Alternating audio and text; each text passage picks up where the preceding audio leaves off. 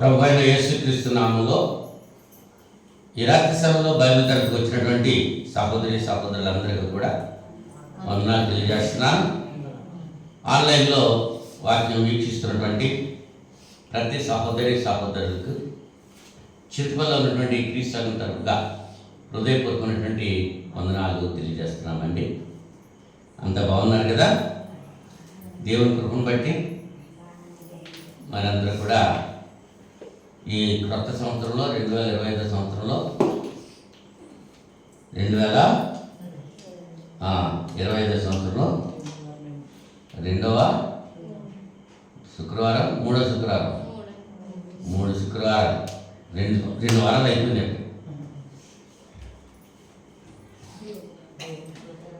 ఈయన నిన్న దాస అంటున్నాడు, ఈ నెల సగం రోజులు అయిపోయింది. మనం కూర్చుంటే కాలం కూర్చోడం చేత సమయం పోనీయక సద్వినియోగం చేసుకుని అన్నాడు ఎఫెసీ పత్రికలో. అజ్ఞానులే కాక జ్ఞానుల వలె మీరు ప్రవర్తించండి. సమయాన్ని వృధా చేసుకోకూడదు. దేవుడిచ్చిన సమయం మళ్ళీ తిరిగి రమ్మంటే రాదు. దేవుడిచ్చిన ఆయుష్ మళ్ళీ తిరిగి రమ్మంటే రాదు. ప్రాణం తిరిగి రమ్మంటే వస్తుందా? రాదు. అంచేత బ్రతికుండగానే నీ బాల్య దినంలో ఎందే నీ సృష్టికర్తను స్మరణగా తెచ్చుకోమని చెప్పి ప్రసంగం చెప్తున్నాడు. దేవుని కృపను బట్టి మనమంతా ఆరోగ్యంగా ఉన్న విధానాన్ని బట్టి మరొకసారి దేవునికి స్తుతులు చెల్లిస్తూ ప్రార్థన చేసుకుని దేవుని యొక్క వాక్యం మనం ధ్యానం చేయడానికి ప్రయత్నం చేద్దాం. మహాగరుడా, మహోన్నతుడా, పరిశుద్ధుడా, సత్యస్వరూపి, నిత్య నివాసి, మీ పరిశుద్ధ నామానికి స్తుతులు స్తోత్రాలు సమర్పణ చేస్తున్నాం తండ్రి. గతించిన శుక్రవారం నుంచి ఇంత పర్యంతము మీ మహాప్రచేత కృపచేత నన్ను మమ్మల్ని సజీవ లెక్కలో ఉంచారు, సురక్షితంగా కాచి కాపాడారు. మీకు స్తోత్రాలు చెల్లిస్తూ ఉంటున్నాను. ఈ రాత్రి సమయంలో ఈ బైబిల్ తరగతి ప్రారంభించడానికి మీరు చూపిన కృపను బట్టి కృతజ్ఞతలు. ఇంత పర్యంతము కీర్తన ద్వారా మిమ్మల్ని స్తుతించడానికి మేము మాకు అనుగ్రహించిన సమయాన్ని బట్టి కూడా స్తోత్రాలు చెల్లిస్తూ ఉంటున్నాం. నాయన, ఇక్కడ కూర్చుని వింటున్నటువంటి బిడ్డలు మాత్రమే కాదు, ఆన్లైన్లో కూడా వాక్యం వింటున్నటువంటి బిడ్డలందరి కొరకు ప్రార్థన చేస్తున్నాను. ఇతర దేశాల్లో ఉంటున్న మా సహోదరులందరి కొరకు ప్రార్థన చేస్తున్నాను. మీ కృపలో నాయన మీరు భద్రపరచండి. ఈ రాత్రి సమయంలో ఈ బైబిల్ తరగతి మీ కృపను బట్టి మీ నాయన నడిపిస్తున్నారు. పగటి సమయంలో ఆయా ప్రదేశాల్లో జరిగినటువంటి తరగతులు మీరు కృప చూపి నడిపించిన విధానాన్ని బట్టి కృతజ్ఞతాస్తుతులు సమర్పణ చేసుకుంటున్నాను. నాయన సమయంలో వాక్య భాగంలోకి వస్తున్నాం. నాయన మీ కృప మాపై కుమరింపచేసి ఈ రాత్రి సమయంలో మేము నేర్చుకోవాల్సినటువంటి వాక్యం మీ యొక్క లేఖనాల నుంచి మాకు ఏవైతే ఉపయోగకరంగా ఉంటున్నావో అని ఏవైతే ఈ రాత్రి సమయంలో మాకు అవసరంగా ఉందో ఆ వాక్యాన్ని నాయన మీరు మాతో మాట్లాడమని ప్రార్థన చేసుకుంటున్నాను. అపవిత్రమైన నా పెదవులు కాల్చి పవిత్రపరిచి పరిశుద్ధమైన మీ లేఖనాలను ప్రియమైన బిడ్డలకు అందించడానికి ఒక పనిముట్టుగా నన్ను వాడుకొని మీ నామానికి మహిమ తెచ్చుకుంటానని ప్రార్థన చేస్తున్నాను. నాయన, మీ యొక్క వాక్యం విత్తబడి చూడగా రోగగ్రస్తులను నుండి స్వస్థపరచండి, బలహీనులైన వాళ్ళని బలపరచండి. ఆయా సమస్యలతో సతమతమవుతూ శాంతి గోధి మిశ్రులో ప్రార్థిస్తున్నా ప్రతి బిడ్డ యొక్క విజ్ఞాపన మీరు ఆలకించి మహిమ, ఘనత, ప్రభావం మీరే పొందమని యేసుక్రీస్తు నామంలో ఈ ప్రార్థన అడిగి వేడుకుంటున్నాను. పరలోకపు తండ్రి, ఆమేన్.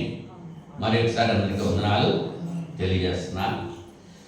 మరి గత శుక్రవారం మనం దేని గురించి మాట్లాడుకున్నాము? వెరీ గుడ్, చాలా బాగా చెప్తున్నారు. గర్వం గురించి మనం మాట్లాడుకున్నాం. గర్వం ఎందుకు వస్తుంది? 3 కారణాలు చెప్పాను. బలం వల్ల వస్తుంది, వెరీ గుడ్. ధనం వల్ల వస్తుంది, స్వనీతి వల్ల కూడా వస్తుంది. బాగానే వింటున్నారు పాఠాలు, చాలా సంతోషం. మరి ఇవాళ మరొక పాఠం మనం ఆలోచించేటట్టు ప్రయత్నం చేద్దాం. మత్తయి సువార్త 19వ అధ్యాయము 13వ వచనం నుంచి 15 వరకు చదువుతాను. జాగ్రత్తగా మీ లేఖనాలు, మీ గ్రంథాలు తెరిచి పరిశీలన చేయండి. అప్పుడు ఆయన వారి మీద చేతులుంచి ప్రార్థన చేయవలనని కొందరు చిన్న పిల్లలను ఆయన వద్దకు తీసుకుని వచ్చారు. ఆయన శిష్యుడు తీసుకుని వచ్చిన వారిని గద్దింపగా యేసు చిన్న పిల్లలను ఆటంకపరచక వారిని నా యొద్దకు రానీయుడి, పరలోక రాజ్యమును ఇలాంటి వారిది అని వారితో చెప్పి వారి మీద చేతులుంచి అక్కడ నుంచి లేచిపోయింది. దేవుడు తన వాటిని నియమించగాక. అప్పుడంటే ఎప్పుడు యేసు ప్రభువు వారు బోధించిన తర్వాత 19వ అధ్యాయం 1వ వచనంలో యేసు ఈ మాటలు చెప్పి చాలించిన తరువాత గలిలయ నుండి యోర్దానొడ్డునున్న యూదయ ప్రాంతాలకి వచ్చాడు. యూదయ ప్రాంతాలకు వచ్చినప్పుడు ఆయన వారి మీద చేతులుంచి, ఆయన అంటే యేసుక్రీస్తు వారు, వారి మీద అంటే వారి బిడ్డల మీద చేతులుంచి ప్రార్థన చేయాలని కొంతమంది తల్లులు ఏం చేశారంటే చిన్న పిల్లల వారి దగ్గరికి తీసుకుని వచ్చారు. అయితే ఆయన శిష్యులు తీసుకొచ్చిన వారిని గద్దించి, ఏంటమ్మా ఇంకా సంధి సందర్భం లేదా, ఎప్పుడు పడితే తప్పుతున్నాడు, ఎందుకు తీసుకొచ్చేసారు, బాబుడికి విశ్రాంతి అక్కర్లేదా ఏంటో అనుకుంటూ వాళ్ళు గద్దిస్తున్నారు. తీసుకొచ్చినాడు. వాళ్ళేమో యేసులోకి రావాలని ఆశతో వచ్చారు. ఆ శిష్యులేమో రాకుండా ఆటంకపరుస్తున్నారు. ఇవాళ కూడా అంతే, అదే జరుగుతుంది. దేవుని దగ్గరికి రావాలి, దేవునికి వాక్యం వినాలి అని ప్రజలంతా కూడా అనుకుంటున్నారు. కానీ బాబులు ఏం చేస్తున్నారు? ఆటంకపరుస్తున్నారు. వాళ్ళు ఏం వాదులాడుకుంటున్నారు, మాది గొప్ప అని వాదులాడుకుంటున్నారు. క్రైస్తవుండా కథలు రావయ్యా అనేటువంటి కీర్తనలో ఇదొక చరణం ఉంది. వసతిలో ప్రజలందరూ కూడా దేవునికి వాక్యం వినాలని ఆశపడుతుండగా మిషన్లన్నీ మిట్టిపడుతూ వాదములు వచ్చాయి. యేసు వాదన విడిచారు. మిషన్లు అంట, ఈ మిషన్లన్నీ కూడా ఏం చేస్తున్నాయి? వాదలు, నాది గొప్ప. దేవునికి వాక్యం మాత్రం వినపట్లేదు. వాళ్ళ ఆచారాలు, వాళ్ళ అలవాట్లు ఉపయోగిస్తున్నారు తప్ప దేవునికి వాక్యాన్ని చూడవట్లా. ఆనాడు శిష్యులు కూడా యేసు ప్రభు దగ్గరికి పిల్లలను తీసుకురాకుండా ఆటంకపరిస్తే ఆయన ఊరుకునేవాడా కాదు. ఆయన ఏం చేశాడంటే యేసు చిన్న పిల్లలను ఆటంకపరచక వారిని నాయకులకు రాలేదు. ఎందుచేత పరలోక రాజ్యము ఇలాంటి వారిది అని వారితో చెప్పాడు. వారిని చేతి నుంచి అక్కడి నుంచి వెళ్ళిపోయాడు. ఈ వాక్యంలో మనకు కావాల్సింది పరలోక రాజ్యము ఇలాంటి వారిది. ఎలాంటి వారిది? చిన్న పిల్లలు లాంటి వారు. పరలోక రాజ్యంలో ప్రవేశించాలంటే ఏం చేయాలి? ఇవాళ బడిలో పిల్లాన్ని జాయిన్ చేయాలంటే కొన్ని అర్హతలు ఉండాలి. వాడికి 5 సంవత్సరాలు పూర్తయిపోవాలి. అమ్మా నాన్న విడిచిపెట్టేసి కాసేపు బడిలో ఉండగలిగేటువంటి స్థితి వాడి కలిగి ఉండాలి. ఇటువంటి కొన్ని లక్షణాలు ఉంటాయి, ఇటువంటి అర్హతలు ఉండాలి బడిలో చేర్చాలి. అలాగే రేషన్ కార్డు మనకు కావాలంటే రేషన్ కార్డు, మన ఆదాయం ఎంతో తెలియాలి, మన కుటుంబంలో ఎంతమంది ఉంటారో తెలియాలి అని ఆ లిమిట్స్ ఉంటాయన్నమాట. ఆ ఉన్న వాళ్ళకి రేషన్ కార్డు ఇస్తారు. ఆ రేషన్ కార్డు పట్టుకెళ్ళినకే అవి సరుకులు ఇస్తూ ఉంటారు. ఒక ఉద్యోగంలో చేరాలనుకోండి, ఉద్యోగంలో చేరాలంటే ఏ ఉద్యోగానికి తగిన చదువు, తగిన అర్హతలు ఉండాలి. ఇప్పుడు కలెక్టర్ గారు ఉద్యోగం చేయాలంటే ఐఏఎస్ అయి ఉండాలి, నిజమా? ఐఏఎస్ అయి ఉండాలి. మరి ఇంకా వాటికి ఉండాల్సిన లక్షణాలు కొన్ని ఉన్నాయి. ఓ మాస్టర్ ఉద్యోగం కావాలంటే మాస్టర్ ట్రైనింగ్ అయి ఉండాలి. పాస్టర్ గారు అంటే వాక్యం తెలుస్తుండాలి, ట్రైనింగ్ కావాలి. అన్ని కొన్ని అర్హతలు ఉన్నాయి, అవునా? మరి సంఘంలో చేర్చబడాలంటే సంఘంలో లోపల ఉన్నవాడు సంఘంలో చేరాలంటే ఏం చేయాలి? వాడు వాక్యం వినాలి. మొట్టమొదటి వాక్యం వినాలి. వినకుండా సంఘంలో చేరడానికి అవకాశం ఉండదు. పేతురు గారు చెప్పారు అపొస్తలుల 2వ అధ్యాయంలో, అవునా? వినాలి, విశ్వసించాలి, మారుమనసు పొందాలి, బాప్తిసం పొందాలి. అప్పుడు సంఘంలో చేర్చబడతారు. ఒక లోకంలో ఉన్నటువంటి వ్యక్తి సంఘంలో చేరడానికి కావాల్సినటువంటి అర్హతలు ఇవి. మరి ఇక్కడ యేసుప్రభువు చెప్పారు, ఈ చిన్న పిల్లలను ఆటంకపరచండి. పరలోక రాజ్యం ఇలాంటి వారిది. ఎలాంటి వారిది? చిన్న పిల్లల లాంటి మనస్తత్వం కలిగిన వారు. ఇలాంటి సమయంలో పరలోక రాజ్యంలో ప్రవేశించడానికి కావలసినటువంటి అర్హతలు ఏమిటి అనేటువంటివి మనం ఆలోచించేందుకు ప్రయత్నం చేద్దాం. పరలోక రాజ్యంలో ప్రవేశించాలి. ఈ లోకంలో దేవుని రాజ్యం ఏది? సంఘము. భూలోకంలో దేవుని రాజ్యం సంఘం. మరి పరలోకంలో దేవుని రాజ్యం పరలోకమే, నిత్యజీవం.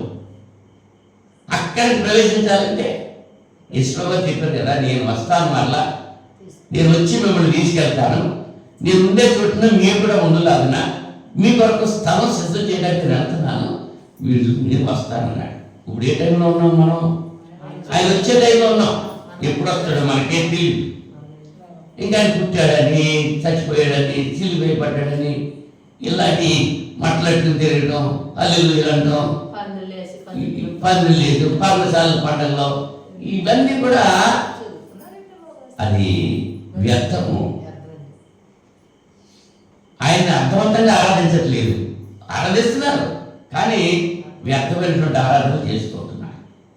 ఇలాంటి సమయంలో ఒక వ్యక్తి పరలోక రాజ్యంలో ప్రవేశించాలంటే ఏమేమి అర్హతలు కలిగి ఉండాలి? చాలా ఉన్నాయి, అన్ని చెప్పడానికి సమయం కాదు, కొన్ని మాత్రం చెప్తాను, ఆలోచించేటట్టు ప్రయత్నం చేయండి. మొట్టమొదటి నూతన జన్మ అనుభవం కలిగి ఉండాలి. నూతన జన్మ అనుభవం. ఒక ఉద్యోగంలో చేరటానికి మరి ఏమంటారు, సర్వీసు సర్టిఫికేట్ కావాలంట, అనుభవం ఉండాలి. ఆ ఉద్యోగంలో దానికి సంబంధించి అనుభవం ఉండాలి. అనుభవం సర్టిఫికేట్ ఒకటి పట్టుకోవాలన్నమాట. అంచేత మీరు పనిచేసిన చోట ఏం చేస్తారంటే, మీరు ఇంతగా ఫలానా వ్యక్తి ఫలానా కంపెనీలో ఫలానా సంవత్సరం నుంచి ఫలానా సంవత్సరాలకు పనిచేశాడు, వ్యక్తిగతంగా చాలా బాగా పనిచేశాడని ఒక సర్టిఫికేట్ తీసుకుంటాం, ఇంకో ఉద్యోగం జరుగుతాయి. మరి ఇప్పుడు పరలోక రాజ్యంలో ప్రవేశించాలంటే నూతన జన్మ అనుభవం కలిగి ఉండాలి. నూతన జన్మ అన్నమాట.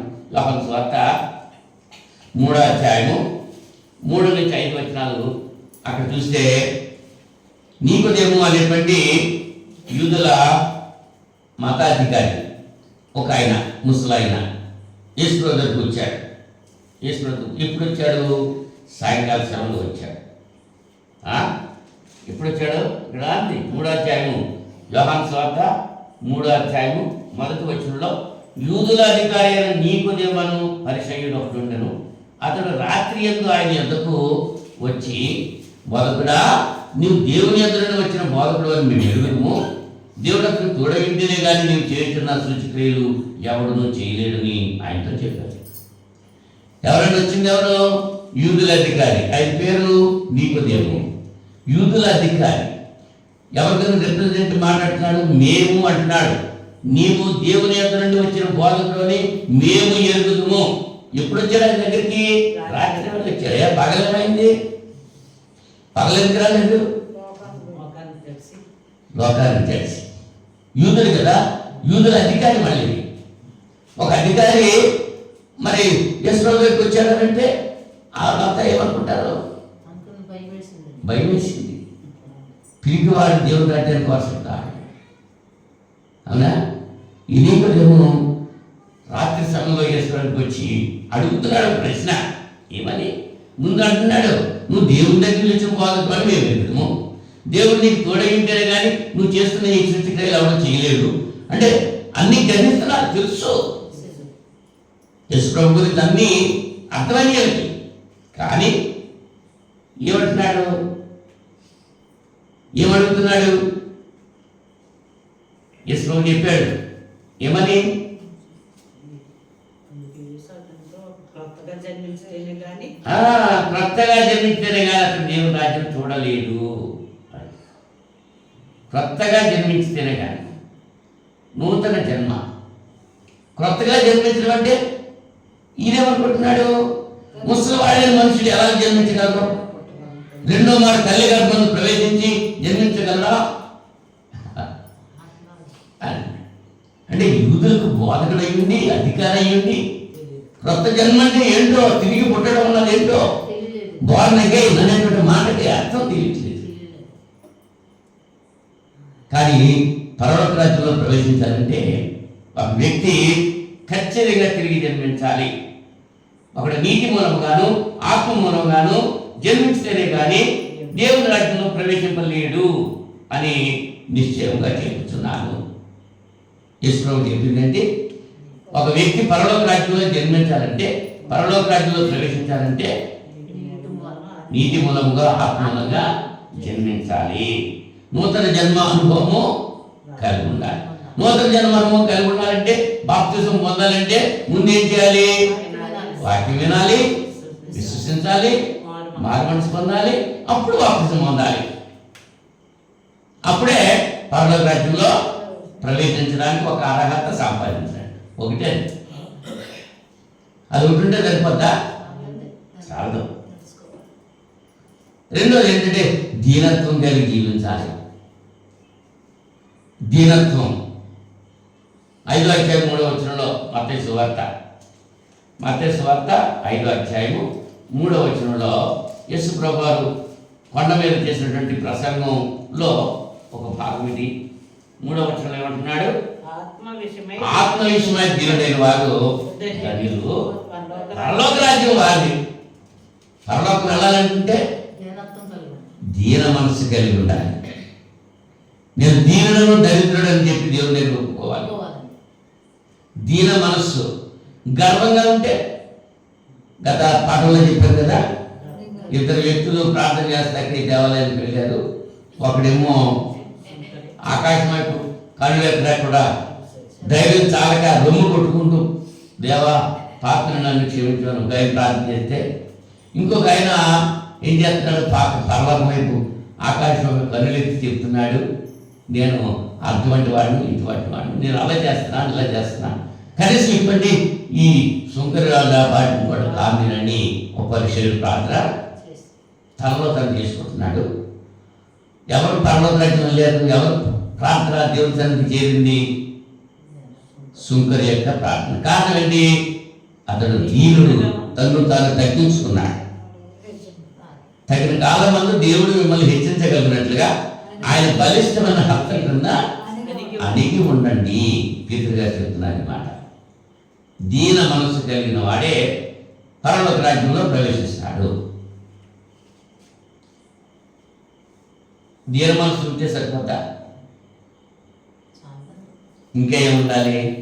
విశ్వాసం ఉండాలి. ఏముండాలమ్మా? విశ్వాసం ఉండాలి, ప్రేమ ఉండాలి. యాకోబు పత్రిక 2వ అధ్యాయం 5వ వచనం. యాకోబు పత్రిక 2వ అధ్యాయం 5వ వచనం. నా ప్రియ సహోదరులారా, ఆలోచించుడి. ఈ లోక విషయంలో దరిద్రులైన వారిని విశ్వాసమందు భాగ్యవంతులుగాను తన్ను ప్రేమించే వారికి తాను వాగ్దానం చేసిన రాజ్యములకు వారసుగాను ఉండటకు దేవుడు ఏర్పరచుకున్నా లేదా అంటే, విశ్వాసం ఉండాలి, తర్వాత దేవుణ్ణి ప్రేమించాలి, ప్రేమ ఉండాలి. ఏ ప్రేమ? ఎవరిని ప్రేమిస్తున్నావు? దేవుని ప్రేమించాలి. దేవుని ప్రేమించాలంటే ఆయన అంటాడు, నన్ను ప్రేమించేవాడు నా ఆజ్ఞలు అయిపోతాడు అన్నాడు. ఆయన ప్రేమిస్తున్నామంటే ఆయన ఆజ్ఞలు అయిపోవాలి. దేవుని ప్రేమిస్తున్నాం సరిపోదు. ఆయన చెప్పింది చేయాలి, ఆయన చెప్పినట్లుగా మనం జీవించాలి. ఆయన ఏం చెప్పాడు తెలుసా? నీ సహోదరుని నువ్వు ప్రేమించడం కాదు, నీ శత్రువుని సహా నువ్వు ప్రేమించాలి ఆయన చెప్పింది. మన సహోదరుని ప్రేమించున్నామా? మన ఇంట్లో ప్రేమ కలుగుతున్నామా? ఇంట్లో భార్యాభర్తల మధ్య ప్రేమ ఉందా? ఒకరు ఎడమకం, ఒకరు పెడమకం, ఇలాంటి కుటుంబాలు ఎన్ని ఉన్నాయి? ఏఎం పిఎం అంట. ఇది పేరు మోసెస్ గారు చనిపోయారు పాపం. ఏఎం పిఎం అని చెప్పేవారు. ఎడమకం పెడమకం అంట. ప్రేమ ఉంటే అలా ఉంటారా? లేదు కదా. మరి ప్రేమ లేకపోతే దేవుని ఎలా చూడగలరు? దేవుని ప్రేమించాలి. మనుషులు మనం ప్రేమించుకోలేకపోతే దేవుని ఎలా ప్రేమించగలం? విశ్వాసం ఉండాలి, దేవుని ప్రేమించాలి, అప్పుడే పరలోక రాజ్యం వెళ్ళడానికి అవకాశం ఉంటుంది. అది ఆ లిస్టులో అదొక పాయింట్ అన్నమాట. పరలోక రాజ్యం వెళ్ళడానికి కావాల్సిన అర్హతలైన లిస్టులో ఇదొక పాయింట్. ఏంటి? నూతన జన్మ అనుభవం కలిగి ఉండాలి, రెండోది దీనత్వం కలిగి ఉండాలి, మూడోది విశ్వాసం కలిగి ఉండాలి, దేవుని ప్రేమించాలి. విశ్వాసం కలిగి ఉండాలి, దేవుని ప్రేమించాలి. విశ్వాసం ఉంటేనే తప్ప దేవుని ప్రేమించలేం కదా. దేవుని ప్రేమిస్తున్నామంటే విశ్వాసం ఉండాలి కదా. ఈ రెండిట్లో కూడా నిండు కూడా మనలో ఉండవు. విశ్వాసం ఉండలేదు, ప్రేమ ఉండలేదు, దేవుని ప్రేమ ఉండలేదు. విశ్వాసం అంటే నమ్ముకున్న వాళ్ళైతే నమ్మడానికి సమస్తం సాధ్యమే. దేవుడు చేయగలడు అనేటువంటి నమ్మకం నీలో ఉందా? నువ్వు దేవుడిని ప్రేమిస్తే ఆయన ఆజ్ఞలు గైకుంటా ఉంటే ఆయన ఇది చేయగలడు అనేటువంటి నమ్మకం నీలో ఉంటాడు. నువ్వు దేవుని విడిచిపెట్టేసి దూరం వెళ్ళిపోయి దేవుని దగ్గరికి రాకుండా మరి ఆయన నీ బలన చేస్తాడో, ఆయన నీ దగ్గరికి ఎలా వస్తాడో, ఆయన నీ మాట ఎలా వింటాడో? నువ్వు ఆయన దగ్గరికి వచ్చి ఆయన మాటిని ఆయన ఆజ్ఞలో పెడితే ఆయన నీకు వీలు చేస్తాడు, పరలోక రాజ్యం తీసుకెళ్తాడు. ఇంకా ఏముండాలంటే పరలోక రాజ్యంలో చేరాలంటే ఓర్పు ఉండాలి. ఏంటమ్మా? ఓర్పు ఉండాలి. దశలోనిక 2వ పత్రిక, దశలోనిక 2వ పత్రిక,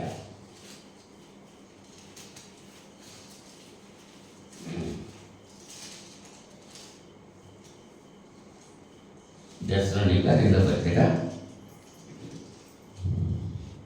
1వ అధ్యాయము 5వ వచనంలో దేని కొరకు మీరు శ్రమపడుచున్నారో ఆ దేవుని రాజ్యమునకు మీరు యోగ్యులని ఎంచబడి నిమిత్తము మీరిట్లు ఓర్చుకొనుట మీరు ఓర్చుకొనుట దేవుని న్యాయమైన తీర్పునకు స్పష్టమైన సూచన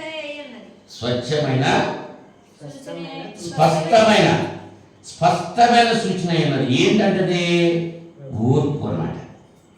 దేని కొరకు మీరు శ్రమపడుతున్నారో ఆ దేవుని రాజ్యమునకు మీరు యోగ్యులని ఎంచబడిన నిమిత్తము మీరిట్లు ఓర్చుకునుట దేవుని న్యాయమైన తీర్పునకు స్పష్టమైన సూచన.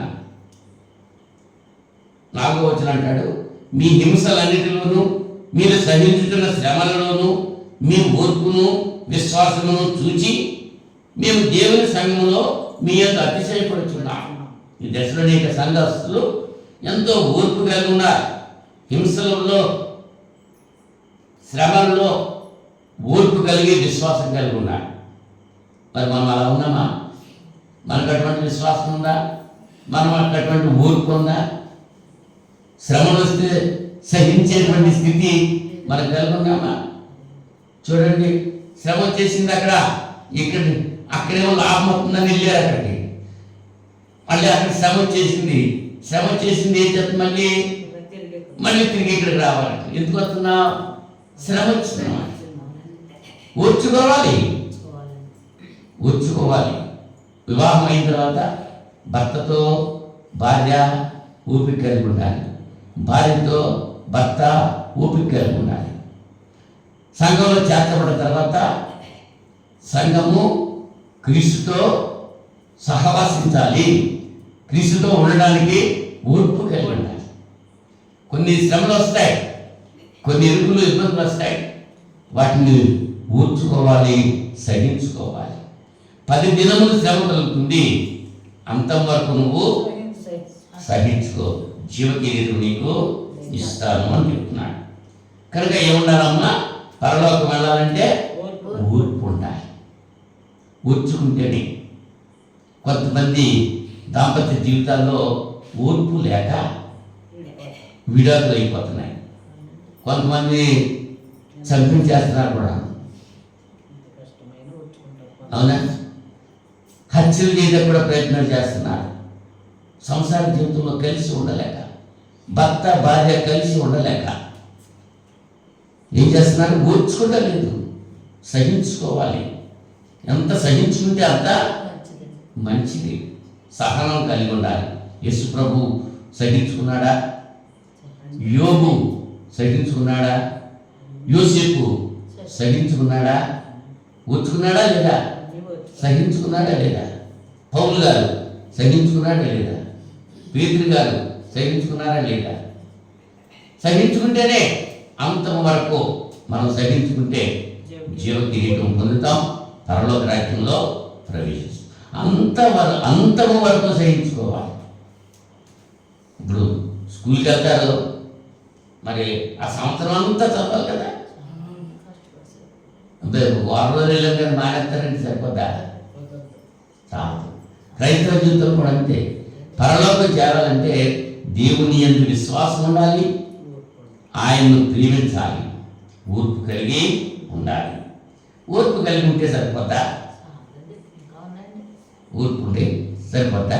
చాలా ఉన్నాయని చెప్తున్నాను. కొన్ని ఈ రాత్రి సమయంలో మీకు జ్ఞాపకం చేస్తున్నాను.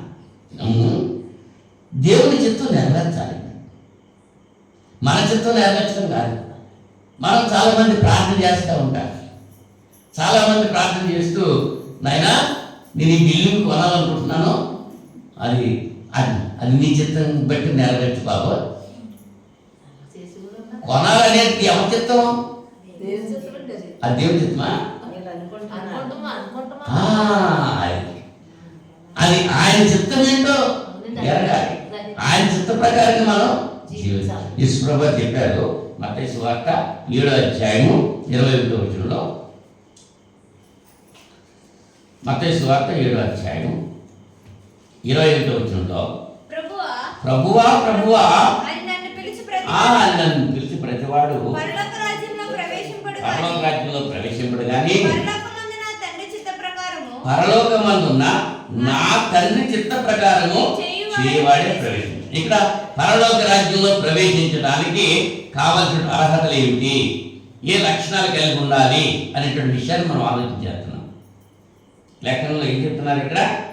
ప్రభువా ప్రభువా అని నన్ను పిలిచి ప్రతివాడును పరలోక రాజ్యంలో ప్రవేశింపడు కానీ పరలోకమందున నా తండ్రి చిత్త ప్రకారం చేయవాడే ప్రవేశించును. ఆ దినంలో అనేకులు నన్ను చూచి, ప్రభువా ప్రభువా మేము నీ నామమున ప్రవచింపలేదా, నీ నామమున దెయ్యములను వెళ్ళగొట్టలేదా, నీ నామమున అనేకమైన అద్భుతములు చేయలేదా అని చెప్పుదురు. అప్పుడు నేను మిమ్మల్ని ఎన్నడూ ఎరుగను, అక్రమం చేయవారులారా నా ఎదురు పొందిన వారితో చెప్పుదురు. కాబట్టి ఈ నా మాటలు విని వాటి చెప్పులు చేయి ప్రతివాడును బండ మీద తన ఇల్లు కట్టుకున్న బుద్ధిమంతుడు పోలి ఉండను. ప్రభువా నీ నా పేరు ప్రార్థన చేశాం, సరిపోతా? ఆ దినాన్ని అంటారంట, నీ నామపేట ప్రార్థన చేయలేదా, నీ నామపేట దెయ్యాలు నడవట్లేదా, నీ నామపేట అనేక అద్భుతాలు చేయలేదా, నువ్వు ఎన్ని అద్భుతాలు చేసినా, ఎన్ని ప్రార్థనలు చేసినా, ఎన్ని దెయ్యాలు నడగొట్టినా పరలోకమందున తండ్రి చిత్తం నెరవేర్చకపోతే నువ్వు పరలోక రాజ్యంలో ప్రవేశింపలేవు. పరలోకమందున దేవుని చిత్తం ఏమిటి? నశించిన దాన్ని వెలిగి రక్షించడానికి మనిషి కుమారుడు లోకానికి వచ్చి దేవుని చిత్తం అండి.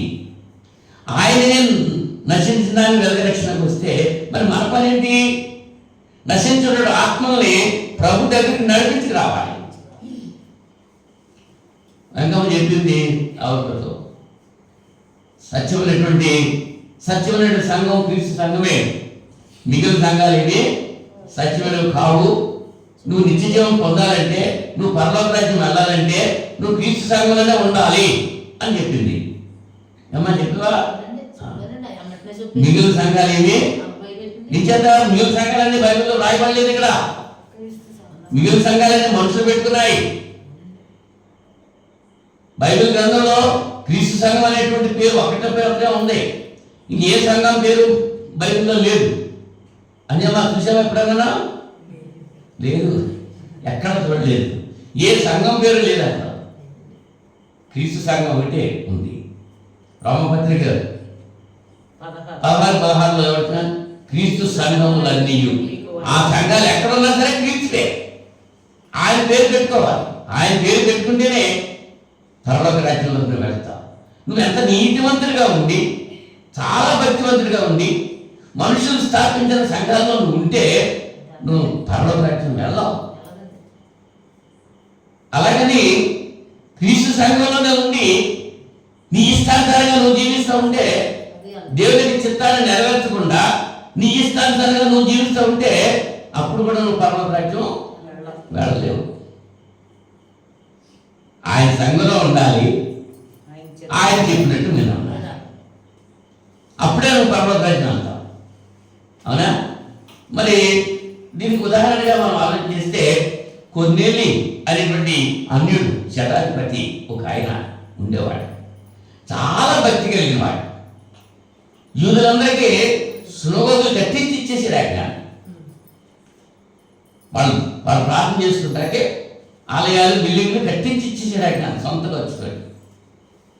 ఎంత భక్తివంతుడు! ఆయన ధర్మకార్యాలు చేశాడు, అనేకమైన ధర్మకార్యాలు చేశాడు. అయినా సరే ఆయన పరలోక రాజ్యం వెళ్ళేటువంటి అవకాశం లేదు. ఆయన పరలోక రాజ్యం వెళ్ళాలంటే ఏం చేయాలి? కొర్నేలి ప్రార్థన చేస్తుండగా దేవుని యొక్క దూత అక్కడ చెప్పడం జరుగుతుంది. ఇటలీ పటాల మందు కొర్నేలి అనే అని ఉంటుంది. అక్కడ అపొస్తలుల కార్యాల్లో శతాధిపతి అయినటువంటి కొర్నేలి అది ఎటువంటి వాడైనా భక్తిపరుడు. అతడు తన ఇంటి వారందరితో కూడా దేవుని యందు భయభక్తులు కలిగిన ఇంటి వారందరితో, నవాబు తన ఇంటి వారందరితో దేవుని యందు భయభక్తులు కలిగి ఉన్నాడు. ఇక్కడ శతాధిపతి కూడా తన ఇంటి వారందరితో భక్తి కలిగి ఉన్నాడు. ప్రజలకు ధర్మం చేయొచ్చు, ఎల్లప్పుడూ దేవునికి ప్రార్థన చేయవాడు. ఎల్లప్పుడు ప్రజలకు ధర్మాలు చేస్తున్నాడు, దేవుడికి ప్రార్థన చేస్తున్నాడు. పగలు ఇంచుమించు 3 గంటల వేళ దేవుని దూత అతని యొద్దకు వచ్చి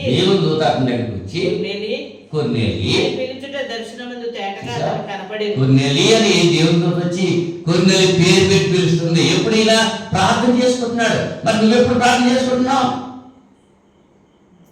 ప్రార్థన చేసుకుంటున్నప్పుడు దేవుని దూత వచ్చి మాట్లాడుతున్నాడు. అక్కడ మనం కూడా ప్రార్థన చేసుకున్నప్పుడు ఎవరు వస్తారు? అసలు మనకు ప్రార్థన చేసుకునే టైం ఉందా? అన్నింటికి టైం ఉంది కానీ ప్రార్థన చేసుకుంటాకి, అన్నింటికి టైం ఉంది కానీ బైబిల్ చదువుకుంటాకి టైం ఉంటుందా? No time. అబ్బా ఐఎమ్ వెరీ బిజీ అంటున్నాను. అంతే, నేను చాలా బిజీగా ఉన్నాను. బిజీతో మరి దేవుని పనేది? దేవుని సన్నిధిలో ప్రార్థిస్తున్నావా? దేవుని వాక్యం ధ్యానిస్తున్నావా? లేదే. మరి దేవుని చిత్తం అలా నెరవేరుస్తావు అంటే ప్రభువా ప్రభువా అని పిలిచే ప్రతివాడు పరలోక రాజ్యంలో ప్రవేశింపడు. పరలోకం ఉన్న తండ్రి చిత్తం నెరవేర్చేవాడే. ఈ కొర్నేలి ఎంత భక్తిగా ఉన్నా ఏమంటున్నాడు? దేవుడు ఏం చెప్తున్నాడు అక్కడ? అందుకు దూత నీ ప్రార్థనలు నీ ధర్మకార్యములు దేవుని సన్నిధికి జ్ఞాపకార్థంగా చేరేయి. ఇప్పుడు నీవు యొప్పేకు మనుషులు అయినా మరి అంతటి పరలోక రాజ్యం వచ్చేసింది ఆయనకి లేదు. ఇప్పుడు ఏం చేయాలి? నువ్వు యొప్పేకు మనుషులు పంపి పేతురును మారిపేరు కదా సీమోను పిలిపించుకో. సముద్రపు ధరినున్న సీమోనను ఒక చర్మకారుని దిగి చర్మకారుడైన సీమోను ఇంట్లో ఉన్నాడు. అతనితో మాట్లాడే దూత వెళ్ళిన పిమ్మట అతడు తన ఇంటి పని వారిలో ఇద్దరిని తన యొద్దకు ఎల్లప్పుడూ కనిపెట్టుకొని ఇంటి వారిలో భక్తిపరుడకు ఒక సైనికుని పిలిచి పిలిచాడు. వారికి ఈ సంగతులన్నీ వివరించి వారిని ఉపయోగపడ్డాడు. ఇక్కడ మనం ఆలోచించాల్సింది ఏంటి? కొర్నేలి అంత భక్తిపరుడైనా, అంత దాన ధర్మాలు చేసేవాడైనా అతడు పరలోక రాజ్యం వెళ్ళాలంటే తెలుసుకోవాల్సిన మార్గం పేతురు పిలిపించి చేర్పించుకోమన్నాడు.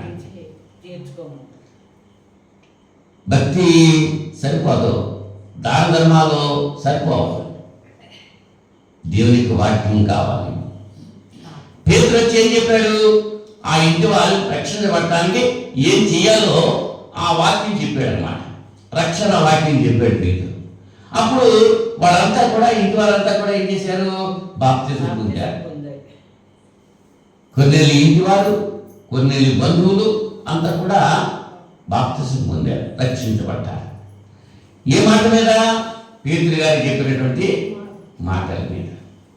పేతురు ఏం చెప్పాడు? అక్కడ సువార్త ప్రకటించాడు. యేసుక్రీస్తు యొక్క జనన మరణ పునరుద్ధానం గురించి చెప్పాడు. ఆ వ్యక్తి రక్షించబడటానికి ఏవైతే కావాలో ఆ వాక్యాన్ని అక్కడ చెప్పాడు. అంచేత వాళ్ళు దేవుని చిత్తాన్ని నెరవేర్చారు. పేతురు మాట్లాడుతుండగానే పరిశుద్ధాత్మ వారి మీద రాగటం జరిగింది. బాప్తిజం పొందకుండానే పరిశుద్ధాత్మ పొందేవాడు. పేతురు ఈ మాటలు ఆ. చెప్పుచుండగా అతని బోధ విన్న వారందరికీ అతని బోధ విన్న వారందరికీ పరిశుద్ధాత్మ దిగెను. పరిశుద్ధాత్మ దిగాడట. బోధ విన్నవారందరి మీద, లోపడ్డటువంటి వారి మీద. అది పరలోకమందున దేవుని చిత్తం. అది అవునా? ఏంటి దేవుని చిత్తం? ఏంటి దేవుని చిత్తం గురించి మరొక పాఠం ఒకసారి చెప్తాను. ఏంటంటే దేవుని చిత్తము అన్నది దాని గురించి తర్వాత ఒకసారి మనం మాట్లాడుకుందాం. ఇప్పుడు ప్రస్తుతం పరలోక రాజ్యంలో ప్రవేశించడానికి అర్హతల గురించి మనం మాట్లాడుకుంటున్నాం. ఒకటి నూతన జన్మ అనుభవం, చెప్పండి. రెండోది దీనత్వము. మూడోది విశ్వాసము, ప్రేమ. దేవుని ప్రేమ, దేవుని ప్రేమించు.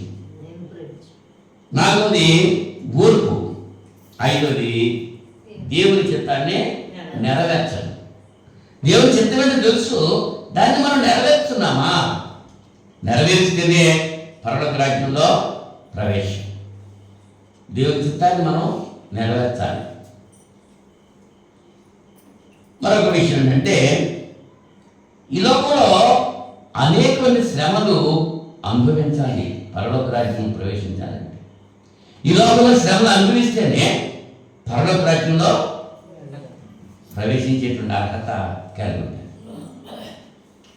ఈ లోకంలో శ్రమలు అనుభవించాలండి, తప్పదు. అనుకుంటారు క్రైస్తవులు అంటే దేవుని నమ్ముకుంటే శ్రమలు ఉండవు, దేవుని నమ్ముకుంటే బాధలు ఉండవు, దేవుని నమ్ముకుంటే అనారోగ్యాలు ఉండవు, దేవుని నమ్ముకుంటే అంతా హ్యాపీగా ఉంటాము అని చెప్తూ ఉంటారు. కొట్టిరండి. శ్రమలు అనిపించాలి. ఈ లోకంలో శ్రమలు అనుభవించాలి, శ్రమలే అనుభవించాలి. శ్రమలు అపొస్తలుల కార్యాలు 14వ అధ్యాయము 22వ వచనంలో, అపొస్తలుల కార్యాలు 14వ అధ్యాయం 22వ వచనం, 14వ అధ్యాయము శిష్యుల మనసులను దృఢపరిచి విశ్వాసముందు నిలకడగా ఉండవలనియు అనేక శ్రమలను అనుభవించి మనం దేవుని రాజ్యంలో ప్రవేశింపవలనియు వారిని హెచ్చరించింది. యేసు ప్రభు వారు అవునా మరి చెప్తూ ఉంటున్నారు. పౌలు మీద రాళ్ళు రువ్వారండి. పౌలు మీద రాళ్ళు రువ్వారు. అతను చనిపోయాడు. 19వ వచనంలో, అంత్యోకయ నుండి ఈకొనియ నుండి యూదులు వచ్చి జన సమూహములను తమ పక్షంగా చేసుకొని పౌలు మీద రాళ్ళు రువ్వి అతడు చనిపోయాడని అనుకుని పట్టణం వెలుపలికి అతన్ని ఈడ్చిరి. పౌలు ఎందుకు ఏడవబడ్డాడు? ప్రభు నమ్ముకున్నాడు వల్ల. యేసు ప్రభు రక్షకుడిని గుర్తించి ప్రకటిస్తున్నాడు. అంతకుముందు యూదా మతంలో ఉన్నప్పుడు అతనికి శ్రమలు ఉన్నాయా? లేదు. ఇతనే శ్రమ పెట్టాడు అందరినీ. ఇతడే అందరినీ శ్రమ పెట్టాడు. ప్రభుత్వం దగ్గర నుంచి తాకీదులు కూడా తీసుకున్నాడు, వారంటీ తీసుకున్నాడు. అవునా? ఇప్పుడు ఎన్ని శ్రమలు పడుతున్నాడు? ప్రభులో లేనప్పుడేమో హ్యాపీగా జీవించాడు. ప్రభులోకి వచ్చిన తర్వాత రాళ్ళు రువ్వి చంపేసి రాళ్ళు చంపేశాడండి. చచ్చిపోయాడేమంతుని ఈడ్చేశాడంట. అన్ని శ్రమలు మాకున్నాయా? ఈ రాత్రి శ్రమలు ఆలోచించండి. ఆదివారం ఆరాధన కొత్తగా ఎంత శ్రమ పడిపోతున్నాం, శుక్రవారం బైబిల్ తరగతి కొత్తగా ఎంత శ్రమ పడిపోతున్నాం. ఇటువంటి శ్రమలు ఇవన్నీ ఉన్నాయా? లేవే. దేవుని రాజ్యంలో ప్రవేశించాలంటే, పరలోక రాజ్యంలో ప్రవేశించాలంటే అనేకమైన శ్రమను పొందాలి. మన కొరకు క్రీస్తు శ్రమ పడలేదా? మరి ఆయన కొరకు మనం ఏం చేస్తున్నాం? ఆయన పని ఏం చేస్తున్నాం? అసలు మనం ఆయన కొరకు వేసిన మాత్రం శ్రమ పడుతున్నామా? కష్టపడుతున్నామా? కష్టపడతాకి ఇష్టపడతలేదు కదా. మరి మన కొరకు ఆయన ఎంత కష్టపడ్డాడు? మరి ఆయన కొరకు కష్టపడకుండా మనం పరలోక రాజ్యం ఎలా జరగాం? పరలోక రాజ్యం చేరాలంటే ఆయన కొరకు మన కొరకు మనం కష్టపడటం లేదు, ఆయన కొరకు మనం కష్టపడటం లేదు. మన కొరకు మనం శ్రమ అనిపించవచ్చు, ఆయన కొరకు మనం శ్రమలు అనిపిస్తున్నామా?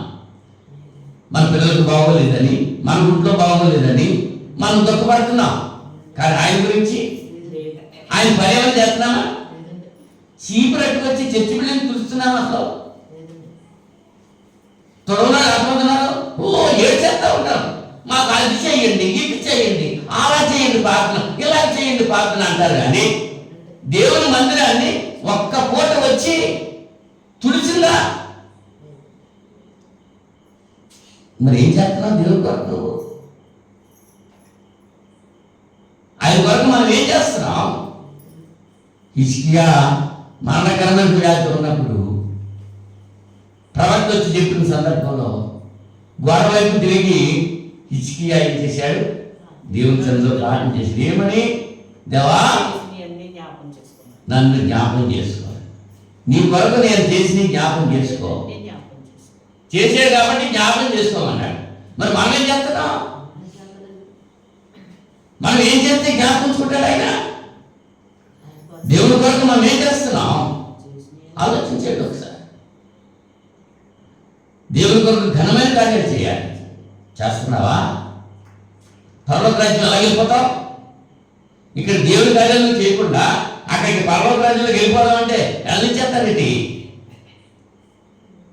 వెళ్ళాలనుకుంటే ఇక్కడ దేవుని కార్యాలు చేయి, దేవుని వాక్యం విను, దేవుని పని చెయ్యి. నీకు ఎంత పని ఉన్నా సరే మానేసి ఆదివారం ఆరాధనకు రావాలి. అది దేవుని చిత్తం. అది మీరైనది ఎరిగి అలాగూ చేయకపోతే పాపం కలుగుతుంది. పాపం ఎంత చుట్టూ పెట్టుకుంటున్నావు? ఎన్ని ఆదివారాలు మానేస్తున్నావు? ఎంత పాపం చుట్టూ పెట్టుకుంటున్నావు? ఒకసారి ఆలోచన చేసుకో. మరి పరలోక రాజ్యం వెళ్ళేటువంటి అర్హత ఉందా? ఆలోచన కలిగి ఉండాలి. ఈ లోకంలో అనేకమైన శ్రమలు అనుభవించాలి కదా. అనుభవిస్తేనే తప్ప, ఈ లోకంలో శ్రమలు అనుభవిస్తేనే తప్ప పరలోక రాజ్యంలో ప్రవేశం ఉంటుంది. మీకు చక్కటి ఉదాహరణ ఒకటి చెప్పాలనుకుంటున్నాను. ఆడపిల్లలు ఉన్నారు, పెళ్లికి ముందు అమ్మగారి ఇంటి దగ్గర కాలు విందట్టకుండా బతికిన వాళ్ళు పెళ్ళి అయిన తర్వాత అత్తరింటి కాడికి వెళ్ళాక ఈయన అరలు పడుతున్నారో. చిన్నమ్మకి నవ్వు వస్తుంది, చూసావా? పెళ్లి కాని పిల్లలు అమ్మగారి ఇంటి దగ్గర ఎంత కష్టపడుతున్నారో, ఎంత కష్టపడుతున్నారో. వాళ్ళ పెళ్ళి అయిన తర్వాత అంత సుఖపడతారు. అవునా అండి? ఇక్కడ ఇప్పుడు మనం తగ్గుకు కొడతాం, వాక్యంలో కొడతాం. ఈ లోపల మనం కష్టపడితే ప్రభు కొరకు అక్కడికి వెళ్ళి సుఖపడతాం. ఈ లోపల ప్రభు అక్కడ లేదని మన సుఖాలే చూసుకుంటే అక్కడికి వెళ్ళిన తర్వాత కష్టపడతాం. దానికి ఉదాహరణ, చక్కటి ఉదాహరణ విశ్వమే చెప్పారు. ధనవంతుడు ఉన్నాడు ఒకడు, ఆడి పక్కన లాజరు ఉన్నాడు పేదవాడు. ఆడు చచ్చిపోయాడు, ఇడు చచ్చిపోయాడు. ధనవంతుడు ఎలా పెరిగాడు లోకంలో, లాజరు ఎలా పెరిగాడు వివరించాడు అక్కడ. ఇద్దరు చనిపోయిన తర్వాత ఈ లోకంలో సుఖాలు అనుభవించిన ధనవంతుడి ఆత్మ అక్కడికి వెళ్ళి గప్పున రగులుతున్నటువంటి అగ్ని మండలో కష్టపడిపోతుంది. మరి ఈ లోకంలో తినడానికి తిండి లేదు, కట్టుకోవడానికి వస్త్రాలు లేవు. అయినా సరే దేవుని భయం కలిగి భక్తి కలిగి ఉన్నాడు. అతని ఆత్మ ఎవరు ఉన్నక్కడ? నిత్య జీవంలో ఉన్నది, సంతోషకరమైన ప్రదేశంలో ఉంది. ఇహమందు ధనవంతులైన వారు వారి ధనం బట్టి అతిశయించకూడదు. పరలోకంలో చేరడానికి నీ ధనాన్ని అమ్మేసి పేదలకు ఇచ్చి నువ్వు నాకు అమ్మచ్చు అంటే ఆ యవనస్తుడైనటువంటి వాడు వ్యసన పడుతూ వెళ్ళిపోయాడు కదా. పరలోక రాజ్యం పొందాలని వచ్చాడు, కానీ పొందడానికి ధనం అడ్డు వచ్చేసింది. ఇవాళ ధనం కోసం ప్రాకులాడుతున్నారు ఎవరైనా. అవునండి. దానిపై చూసుకుంటున్నారండి ఇప్పుడు. ధనం మీద అన్నిటికీ మూలం అంటున్నారు. అన్నిటికీ మూలమేనా? నిజం వచ్చేంత ధనం అంటే కాదండి. ధనం ఎందుకు ఇచ్చాడు? ఈ లోకంలో ధనం సంపాదించుకోవద్దు, మీరు పోగు చేసుకోవద్దు. ఈ లోకంలో ధనాన్ని మీరు ఖర్చు పెట్టండి. ఎవరి కొరకు? దేవుడి కొరకు మీరు ఖర్చు పెడితే అది పరలోకంలో మీ కొరకు దారిపడుతుంది. దేవుడి కొరకు ఏం ఖర్చు పెడుతున్నా ఆలోచించండి ఒకసారి. ఎవరి మటుకు వాడే. నాకు వచ్చే ఆదాయం ఎంత, నేను దేవుడికి ఇచ్చేదంత, నేను దాచుకునేదంత, నేను అనుభవించేదంతా, ఈ లెక్కలు వేసుకోండి. ఎవరు పెట్టుకోవాలి? తెలుసుకోవాలండి. వేసుకోవాలంటే కాదు, వేసుకుంటాను కదా. దేవుడికి ఎంత ఇస్తున్నావు? దేవుడు నీకు ఇచ్చిన దాంట్లో దేవుడికి నువ్వు ఎంత ఇస్తున్నావు? దేవుడికి ఇస్తే దేవుడు నీకు ఇస్తాడు. ఏమేమో దేవుడికి ఉంటాయి, చేతులు రావు. ఇవ్వగలిగి కూడా ఇవ్వలేని వాళ్ళు ఎంతమంది ఉన్నారు. సామర్థ్యం ఉంది కానీ ఇవ్వలేకపోతున్నా. ఆ పేద విధవరాలు తనకు ఉన్నదంతా ఇచ్చేసింది. ఎందుకు అవసరం? ఇంటికెళ్తే ఏమి లేవాలి. దీవించబడదా? ఇచ్చింది కాబట్టి దీవించబడి. మనం ఉంచుకునే లేవంటాం. మనం ఉంచుకునే మామూలు ఏమవుతుంది? నేనేస్తాను, నాకేముంది? ఏం లేదా నీకు? ఆయన తెలీదా? అదే మరి కదా. అని చెప్పిన ఈ లోకంలో అనేకమైన శ్రమలు అనుభవించాలి పరలోక రాజ్యంలో ప్రవేశించాలంటే. ఇంకా మరొక విషయం చెప్పి ముగిస్తా.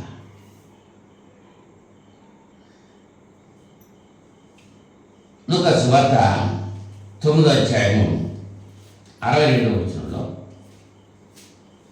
లూకా సువార్త 9వ అధ్యాయము 62వ వచనం. యేసు ఆ, నాగటి మీద చేయి పెట్టి నాగటి మీద చెయ్యి పెట్టి వెనుక తట్టు చూచువాడెవడును వెనుక తట్టు చూచేవాడెవడును దేవుని రాజ్యమునకు పాత్రుడు కాడు. దేవుని రాజ్యమునకు పాత్రుడు కాడని కాడు. నాగటి మీద చెయ్యి పెట్టి వెనుక తట్టు చూచేవాడెవడు దేవుని రాజ్యమునకు పాత్రుడు కాడు. అంటే వాడికి దేవుని రాజ్యం లేదండి. దేవుని రాజ్యంలో ప్రవేశం లేదు. ఎవడంటే లూతు భార్యను జ్ఞాపకం చేసుకోండి. దేవదూతలు వచ్చి ఆ అగ్ని గంధకాల నుంచి తప్పించి బయటికి లాక్కొచ్చారు, బలవంతంగా లాక్కొచ్చారు. అక్కడ ఒక మాట చెప్పారు ఆవిడ, అయ్యా మీరు వెనక్కి చూడొద్దు, ముందుకే వెళ్ళిపోండి. వెనక్కి చూసింది ఎవరమే? లూతు భార్య. ఏమైంది? అలాగే నువ్వు లోకంలో ఉన్నావు, లోకంలో నుంచి సంఘంలోకి వచ్చావు. సంఘంలోనే ఉండాలి తప్ప ఇక నీ చూపు లోకం వైపు వెళ్ళకూడదు. లోకంలో ఉండగా నువ్వు త్రాగుబోతుగా ఉన్నావు, వ్యభిచారిగా ఉన్నావు, మోసగాడిగా ఉన్నావు. దేవుళ్ళకి వచ్చావు, ఇప్పుడు అన్ని మానేశావు. మళ్ళా ఇక్కడి నుంచి మళ్ళీ లోకంలోకి వెళ్ళిపోయావు. అంటే లోకాచారి గేహాజీకి కుష్ఠరోగం తెచ్చిపెట్టింది. లోకాన్ని ప్రేమించాడు గేహాజీ. దేవుని ప్రేమించాడా? లోకాన్ని ప్రేమించాడా? ప్రవక్త వద్దురా, పట్టి కూడా నీ నాకు వద్దురా అన్నాడు. ఒక అన్యుడు నయమాంతో అంటున్నాడు, నీ సొమ్ము నాకొద్దు, నీ బట్టలు నాకొద్దు, పట్టిపోమంటున్నాడు. అన్నాడా ప్రవక్త? అవసరం లేదు. అయింది. ఒక అన్యుడి దగ్గర తీసుకుంటామండి. దేవుని పని చేయడానికి దేవుని బిడ్డల దగ్గర నుంచి రావాలి. కష్టార్జితంలో దేవుని పనికి ఇవ్వాలి. ఒక మోసగాడి దగ్గర, ఒక కేటుగాడి దగ్గర, అన్యుడి దగ్గర తీసుకో. ఇలా ఏం చేస్తున్నారు? దేవుని పని చేస్తున్నాము అని చెప్పుకుంటూ అన్యుడి దగ్గరికి వెళ్ళి అడుక్కుంటున్నాడు. ఆయన తీసుకొచ్చి స్టేజీ మీద కూర్చోబెడుతున్నారు, ఆయన తీసుకొచ్చి శాలలో దొక్కుతున్నారు, దండలు వేస్తున్నారు. ఒక అన్యుడిని తీసుకొచ్చి ఎందుకంట వాళ్ళ దగ్గర ఉన్న డబ్బుల కోసం. అది దేవునికి ఇష్టమా? దేవునికి ఇష్టం కాదు. కష్టపడి పని చేసి ధ్యానాలు కుట్టి దేవుడు పని చేశాడు సౌలు గారు. పౌలు కష్టపడి సంపాదించాడు, కూర్చుని తినలేదు, ఎవరికి అన్యాయంగా తినలేదు, కష్టపడ్డాడు, చెమటొచ్చి పని చేశాడు, దేవుని పని చేశాడు. మరి ఇవాళ అటువంటి పని చేస్తున్నావా? చేసేవాళ్ళు పరలోక రాజ్యం వెళ్తారు, అలా చేయని వాళ్ళు పరలోక రాజ్యం వెళ్ళరు. దేవుని పని ఎందుకు చేస్తున్నామంటే డబ్బు సంపాదన కోసమే. నా కుటుంబాన్ని ఎలా పోషించుకోవాలి? అదో జీతం అనుకుంటున్నారు, జీతగాళ్ళని పని చేస్తున్నారు, నెల వచ్చినప్పుడు జీతం వచ్చేయాలి. అవునా? అదే సువార్త. పరలోక రాజ్యం ఉందా? లేదు. ఇన్ని మోసాలు, ఇన్ని అబద్ధాలు, ఇన్ని అక్రమాలు. విశ్వాసులు అలాగే ఉన్నారు చాలామంది, బోధకులు అలాగే ఉన్నారు చాలామంది. ఉన్నారా లేదా? ఏమ్మా చెప్పండి. మరి ఈ లోకంలోనే కావాల్సినవి నువ్వు సమకూర్చుకుంటావు, పరలోక రాజ్యంలో అయి ఉండవు. ఖచ్చితంగా వాక్యం చెబుతుంది, నీకు పరలోక రాజ్యం కావాలంటే వీటిని ఇక్కడ విడిచిపెట్టా. ఆత్మీయంగా నువ్వు బలపడ్డావు, వెనక్కి తిరిగి చూడకూడదు. నాకంటే మీద చెయ్యి పెట్టి వెనుకదంతా చూసేవాడు ఎవడునో పరలోక రాజ్యమునకు పాత్రుడు కాడు. దేవుళ్ళనే సాగాలి. అందుకని పౌలు గారు ఏమన్నాడు? నా వెనకటివన్నీ కూడా మర్చిపోయాను, ముందున్న వాటి కొరకు వేగి పడుతున్నాను. వెనక వాటిని పెంటతో ఎంచుకున్నాను నేను అంటాడు. పెంట అంటే ఏంటి? పనికిరాది, విసర్జించబడ్డది. అది మళ్ళీ తెచ్చుకుంటావు నువ్వు సంకలానికి లోపలికి వెళ్ళిపోయి. ఆ పెంట కోసం వెళ్తున్నావు. ఆ పెంట తినేది ఎవరో? పంది. అదే చెప్తున్నాడు, కడగబడిన పంది బుర్రలో వెళ్ళాడు, కుక్క తన వాంతికి తిరిగి వెళ్ళాడు. ఒకసారి వెలిగింపబడి పరలోక రాజ్య సంబంధం రుచి చూసినటువంటి వ్యక్తి అలా లోపలికి వెళ్ళిపోతే ఈ రెండు జంతువులతో పోల్చాడు. అటువంటి వాళ్ళని కూడా ఈ రాత్రి సమయాన్ని పిలుస్తున్నాడు. భ్రష్టులైన పిల్లలారా తిరిగి రండి, మీరు మీ యజమాని. స్వరం వినపడుతుంది. ఇప్పుడైనా నువ్వు మార్పు చెందితే, ఇప్పుడైనా నువ్వు దేవుడి సన్నిధికి వస్తే, ఇప్పుడైనా దేవుడి సన్నిధికి వచ్చి క్షమాపణ కోరుకుంటే దేవుడు నిన్ను క్షమించి బిడ్డగా అంగీకరిస్తాడు. తప్పిపోయిన కుమారుడిని తండ్రిని ఆదరించలేదా? దేవుడు అంతకంటే ప్రేమ కలిగిన వాడు కాడా? దేవుడు లోపల ఎంతో ప్రేమించాడు. ఆ ప్రేమను ఏం చేశావు నువ్వు? ఆ ప్రేమను తోలాడుతున్నావా? ఆ ప్రేమ అంటే నిర్లక్ష్యం చేస్తున్నావా? ఈ రాత్రి సమయంలో ఆలోచన కలిగి ఉన్నావు. ఈ సంతోషము, ఈ సమాధానము క్రీస్తులో ఉన్నది నీకు కావాలంటే ఇప్పుడైనా మా మనసు పొందు. మొట్టమొదటి చెప్పండి, పరలోక రాజ్యం ప్రవేశించడానికి మొట్టమొదటి విషయం ఏం చెప్పాను? నూతన జన్మ అనుభవం కలిగి ఉండాలి. నూతన జన్మ అనుభవం. నీ మనసు మార్చుకో, రూపాంతరం పొందు, పశ్చాత్తాపడు, దేవుని సన్నిధిలో ఒప్పుకో. దేవా, నేను పాపిని, నన్ను క్షమించు, నా అపరాధాన్ని మన్నించు, నీ రాజ్యంలో నాకు ప్రవేశం అనుగ్రహించు. ప్రార్థన చేస్తే దేవుడు కనికర సంపన్నుడు, జాలివంతుడు కనుక మన అపరాధాలను క్షమించి మనకు కావాల్సిన అవసరత తీరుస్తాడు. ఈ రాత్రి సమయంలో 7 విషయాలు చెప్పాను మీకు, ఇంకా చాలా ఉన్నాయి చెప్తాను. పరలోక రాజ్యంలో ప్రవేశించాలంటే ఉండాల్సిన అర్హతలు ఎన్ని చెప్పాను? ఏంటి చెప్పండి? 1 నూతన జన్మానుభవం, 2 దీనత్వము, 3 విశ్వాసము, దేవుని ఎడల ప్రేమ, 4 ఓర్పు, 5 దేవుని చిత్తం నెరవేర్చడం, 6 ఈ లోకంలో అనేక శ్రమలు. ఎవరి కొరకు? మన కొరకు, ఆయన కొరక? ఆయన కొరకు శ్రమలు, ఆయన కొరకు మనం శ్రమను అనుభవించాలి. 7 ఏంటి? ఆత్మీయంగా వెనుకబడకూడదు, వెనక్కి తిరిగి చూడకూడదు. వెనక్కి తిరిగి చూడకుండా ముందుకే వెళ్ళాలి. వెనక్కి తిరిగి చూడకూడదు, ముందుకు వెళ్ళడానికి ఇంకొక ఉదాహరణ జ్ఞాపకం వచ్చింది నాకు. శినమీరాలు ధనురాలు అని పిలువబడినటువంటి ఆమె బిడ్డను పోగొట్టుకుంది. బిడ్డ చనిపోయాడు కదా. చనిపోయినప్పుడు ఆ గాడిని గంట కట్టి పరిబాటులో చెప్తుంది, నేను చెప్పే వరకు నువ్వు ఆగదు, వెనక్కి చూడొద్దు, ముందుకే. ఎక్కడికి వెళ్ళాలనుకుంది? ప్రవక్త దగ్గరికి వెళ్ళాలనుకుంది. మధ్యలో చాలామంది అర్థం చుట్టారు. ముందు తన భర్త అనుకుంటున్నాడు, ఇంటి బాగా విశ్రాంతికరం కాదు కదా, ఎక్కడికి వెళ్తుంది ఇప్పుడు అనుకున్నాడు. భర్తకి తెలిసా సమాధానం ఎక్కడికి వెళ్తున్నాను? అసలు బిడ్డ చనిపోయాడన్న సంగతి తెలుసా? తెలియదు. వెళ్ళాల్సిన చోటికి వెళ్తుంది, మళ్ళీ వెనక్కి తిరిగి చోట్ల. మధ్యలో గ్యాహాజీ అడ్డొచ్చాడు, శిష్యుడు, ప్రవక్త శిష్యుడు వచ్చి, అమ్మ అంతా బాగున్నారంటే అంత బాగున్నారని చెప్పింది, కానీ చెప్పిందా? లేదు. ఎవరి దగ్గరికి వెళ్ళి చెప్పాలో వాళ్ళ దగ్గరికి వెళ్ళి చెప్పింది. మన స్థితి కూడా అలాగ ఉండాలి. మనకన్నీ సమకూర్చేది దేవాది దేవుడు. ఆయన దగ్గరికి ఆయన సన్నిధిలో మనం చెప్పుకోవాలి తప్ప మనుషుల దగ్గర చెప్పుకుంటాకే చెప్పినా ఏం ప్రయోజనం? ఏమైనా ప్రయోజనం ఉందా? భర్తతో చెప్తే ప్రయోజనం వచ్చిందా? గ్యాహజీతో చెప్తే ప్రయోజనం వస్తుందా? లేదు. ఎవరి దగ్గరికి వెళ్ళాలి? అది చేసింది ఆయన. అలాగే మనం దేవుడికే చెప్పుకోవాలి, దేవుని సన్నిధిలో చెప్పుకోవాలి. ఒంటరిగా నీ గదిలోనికి వెళ్ళి తలుపు వేసుకుని ఒంటరిగా నీ తండ్రి అయిన దేవుని ప్రార్థన చేయాలి. దేవుడు తప్పగా ఆలోచిస్తాడు. మనం నిత్య జీవం కావాలని అడగాలి. పరలోక రాజ్యంలో నన్ను చేర్చుకోవాలి. చెబుదే కుమారుడు తల్లిలో జరిగింది, అయ్యా నీ రాజ్యంలో వచ్చినప్పుడు నా కొడుకుల్లో ఇద్దరిని, ఒకటి కుడి వైపులా ఒకటి ఎడమ వైపులా నువ్వు కూర్చోబెట్టుకోరా ఆయన అని అడిగింది.